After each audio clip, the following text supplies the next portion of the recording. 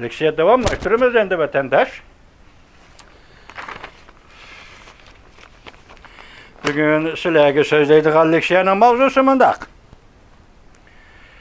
Faylasuf Gegelning davlat qarashi. Faylasuf Gegelning davlat to'g'risida nazariyalari, tafsiliy bayonlari, uning qonun falsafasi mavzuli kitobida o'ttirg'i chiqdi. Faylasuf Gegel o'zining tarix qarashini bayon qilganda, uning qarashlari yoki undaq shaklda yoki bundaq shaklda davlat masalasiga beri chetildi. Chunki Gegelning qarashi haqiqiy ma'nodagi dunyo tarixi, insoniyat tarixi, davlat o'ttirg'i chiqqandan keyin yoki davlat paydo bo'lgandan keyin boshlandi. Bu hisobdalik biz boshda aytgan xalqlar, so'llar, pusalar, planlarni bu hozir Gegel o'zi ularga ta'bir bermasdan burun uni davlat deb qarayotdi. Keyin boshlandi. Shunlashqa biz bu yerda Gegelning davlat nazariyasi, davlat qarashi to'g'risida qisqacha to'xtalib o'tamiz. Davlat degan nima? Faylasuf Gegel mundaq deydi. Davlat iddiyadir. Xitoycha bu liniyan deyildi, men iddiya deb tarjima qildim. Davlat bu iddiyadir. Davlat bu bir xil ruh deganlikdir. Ya'ni davlat etikilik ideyalarning realligidir. Etikilik ideya deganda etika bu axloq nazariyasi degan gap. Axloq o'zi ayrim konkretlikda boshqa hodisa. Şu axloqni tadqiq qiladigan nazariya etikilik nazariya, etikilik fani. Davlat etikilik ideyalarning realligidir. Gegel qonun falsafasida shundoq dedi. Kitobning ba'zi joylarida Faylasuf Gegel mundaq ko'rsatdi. Davlat bu ruh. Cheklik mavjudiyat ichida butunlay ishqa oshirilgan bir holat. Deydi, davlat bir ruh. Cheklik mavjudiyat ichida butunlay ishqa oshirilgan bir holat. Gegel hatta davlat bu hukmni yuksaklikka ko'tarib, davlat yer yuzida mavjud bo'lib turgan muqaddas aqliy ideyadir. Gegelning tarix falsafasida degan so'zi. Gegel tarix falsafasida shundoq dedi. Muqaddas aqliy ideyadir davlat. Bu yana mundaq dedi. Davlat qudrat egasining yer sharidagi haddi harakatidir. Bu davlatdir. Qudrat egasining yer sharidagi haddi harakati bu qudrat, davlatdir. Qudrat egasining yer sharidagi haddi harakati bu davlatdir. Davlatning asoslandig'ini iroda. Demak, bu yerda iroda psixologiyalik hodisa vatandosh. Endi hozir davlat irodaga asoslandi desa, bu ruh sifatida yoki psixologiyalik hodisa sifatida irodaga tayandı davlat desangiz, boshnim dedik, davlat aqliy ideya dedik vatandosh. O irodaga tayinadi. İrade sifatida o'zining aqlini ishga oshiradigan kuchdir. Men davlat quraman, men davlat qurishim kerak. Yoki davlat qurildi, bu davlat uchun ishlashim kerak, yoki bu davlatni himoya qilishim kerak, qo'g'dishim kerak degan shu doiradagi chambar ichidagi ideyalarning hammasi nima u? Ishga oshiradigan bir kuch, ya'ni o'zini ishga oshiradigan aqlning kuchidir. Faylasop Hegel devlet nazariyesi degani bundaq şəriylidir. Devlet erkinlikni işqa aşırışdır. Başqalarını qoyub durub, bugün Uygur'un təqdiri qarısınız, Uygur köreş qılıvatı, devlette əsli keltirimiz davatıdır. Bu məqsəd niməsi? Erkinlikni işqa aşırış. Bugün bir anımızını, bir balımızını, bir dadımızını gəzgisiga urup durup, patandap durup, ceza lagıra karanğı övgü solavatıdır. Bunun mənisi nima? Hukuk.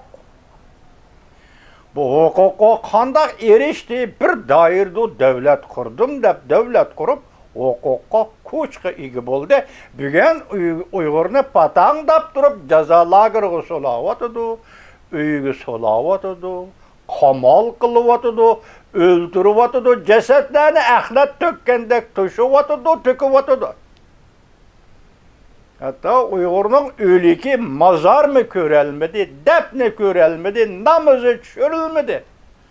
Vatandaşa, mana bu devlettir, mana bu hukuktur, mana bu zo'ravonlikdir. Şoňa bu ýerde devlet nime? Erkinlikni işqa aşırış degendik. Yani Xitayning hukmronligidan qutulish, Xitayning siyosatidan qutulish, Xitayning atalmış qonunidan qutulish, qisqasi Xitoy bilan bo'lgan barliq siyosiy aloqa munosabatlar, mustamlika siyosiy aloqa munosabatlarini üzüp tashlash bu erkinlikni ishqa oshirishdir, bu davlat deganlikdir. Erkinlikning realligidir. Şoňa devlet, siz bu işlerini qılıp bolgandan devlet kurursiz, şoňa bu ýerde devlet erkinlikning realligidir. Yani erkinlik işqa açtı, erkinlik özünü körsetdi, erkinlik saynağı sahnege çıktı. Bu reallik devletning realligidir. Hegel qonun felsefesi kitabida, yoki qonun felsefesining qoidaları degan kitabida yuqorqidek şerhiyelidi özünün köz qarışını, devlet qarışını. Faylasop Hegel milli ruhni devlet qurishning asosi deb ko'rsatdi. Millatning ruhini. Yani adette bu nima qildi? Milli deb elid buni millat deb elish kerak. Milli deyishga bo'lmaydi. Ko'rdingizmi vatandaş? Bu yerda Hegel nima deydi? Millatning ruhi devlet qurishning asosidir. Hegel mundaq ko'rsatdi. Real devletler özünün barliq alayda hareketler demeslen devletning urush hareketleri de urush chiqish, urush qatnashish, urush boshlash hareketleri de siyasi tüzüm teşkillash hareketleri de hammasi de köpçükket millet ruhining ilham berishiga sazovor bo'ladi.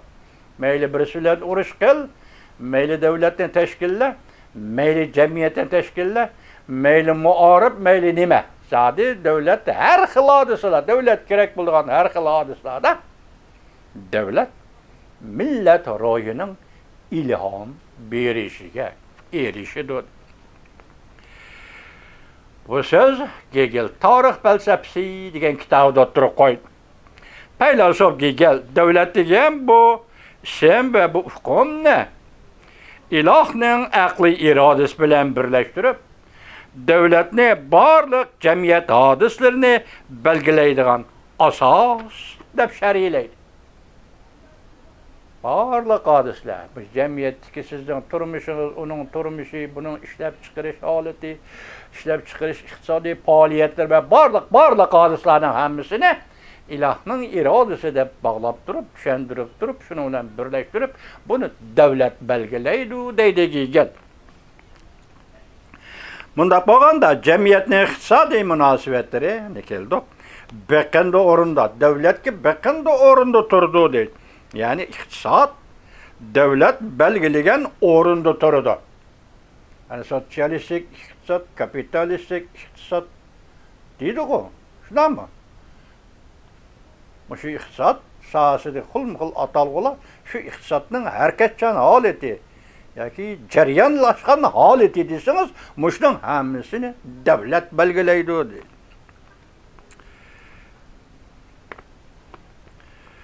devlet belgeleş orunda oturdu.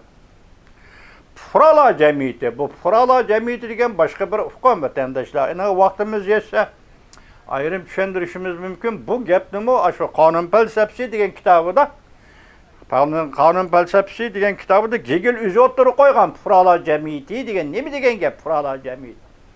Bu Hegel'den devatkan az siz biz yaşavatkan Furalık cemiyeti, Furalık salayeti, yoki cemiyetle Furalık münasebeti emas. Asla emas. Furala cemiyeti degen başka bir hukm. Siyaset ve kanun sahasında başka bir hukm vatandaş. Yani vaktimiz yesek qarab bakımız. Furala cemiyeti devlet tarafından belgelenadigan amildir. Furala cemiyetine bir amil, bir cemiyeti desem, devlet tarafından belgelenadi. Devlet qanday paydo bo'ladi? Bu to'g'rida Hegel mundaq deydi. Real bir devlet yoki real bir cemiyet o'rtasida qurilishdan burun, real bir devlet yoki bir real cemiyet qurilishdan burun, hukumat qurilishdan burun, şu cemiyette sınıflar, tabaqalar farqi o'rtaga chiqqan bo'lishi lozim. Sınıflar ve tabaqalar farqi o'rtaga chiqqan bo'lishi mumkin. Bu yerda sınıf ve sınıfiy kurash degan Marksning shar'iylagan hukm ve başka bilim hazinelerining hammasini mana bu yerda Hegel'den kelgan deb tushunsangiz bo'ldi vatandoshim. Sınıf ve sınıfiy kurashni Marks o'zgartib ana başka hukm bilan shar'iylagan bo'lsa, lekin buni asli manbai Hegel'den kelgan deydi. Hegel nim deydi bu yerda? Marx sınıfiy kurash deb tushuntirayotgani yo'q. Cemiyet tabaqalarga bo'linadi. Qarab bakın cemiyet shundoq qo'y. Cemiyet sınıflarga bo'linadi. Qarab bakın cemiyet shundoq qo'y. Hallıqlar bo'ladi, halsizlar bo'ladi cemiyet deganda. İqtidarlıqlar bo'ladi, iqtidarsizlar bo'ladi cemiyet deganda. Farq bo'ladi. İqtisod, turmush va barliq hodislarda farq bo'ldi. Farq odamlar o'rtasida musha farq insonlarni o tabaqa bu tabaqaga ayirib tashlaydi o vatandosh. Bu yerda Hegel bak joyida to'g'ri aytyapti, lekin Marks burmilgan gap. Cemiyet sınıflar tabaqalar farqi o'rtaga chiqqan bo'lishi lozim. Boylik kambag'allik mana farqida cheksiz farqlar bo'lishi lozim. Şu cemiyette bir kısım kişiler özlerinden aslida odatlangan usuli bo'yicha o'zining ehtiyojini qondirolmaydigan bir holat kelishi lozim. Demak, buni hamma odam burlab ketolmaydi. Ehtiyojni hamma odam ma'quldab qondirolmaydi. Bundaq ahvolda zaruriyat chiqadi. Yani bu yerga zaruriyat jamiyat bir ziddiyat holatiga kirib qoladi. Bundaq vaqtda bu yerda davlat bo'lish kerak. Bo'lmasa bu ziddiyatni shaxs, men, sen o bu bir taraf qilolmaydi o'z oldiga deganga.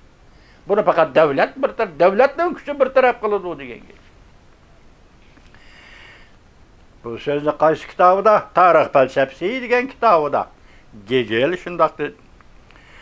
Davlat faylasuf Hegelning nazarida Furalarning huquqini, xususiy mulkini qo'g'daydigan organdir. Oliy organdir. Davlat furalarning huquqini qonun bilan ta'min etadi va qo'g'daydi. Davlat furalarning xususiy mulkini qo'g'daydi, himoya qiladi, qonun bilan himoya qiladi, qonun bilan qo'g'daydi. Davlat, qonun, davlat. Hegelning yashmish. Yana bir parça kaldı. Hazır yani onu sözlü bitimen vatandaş.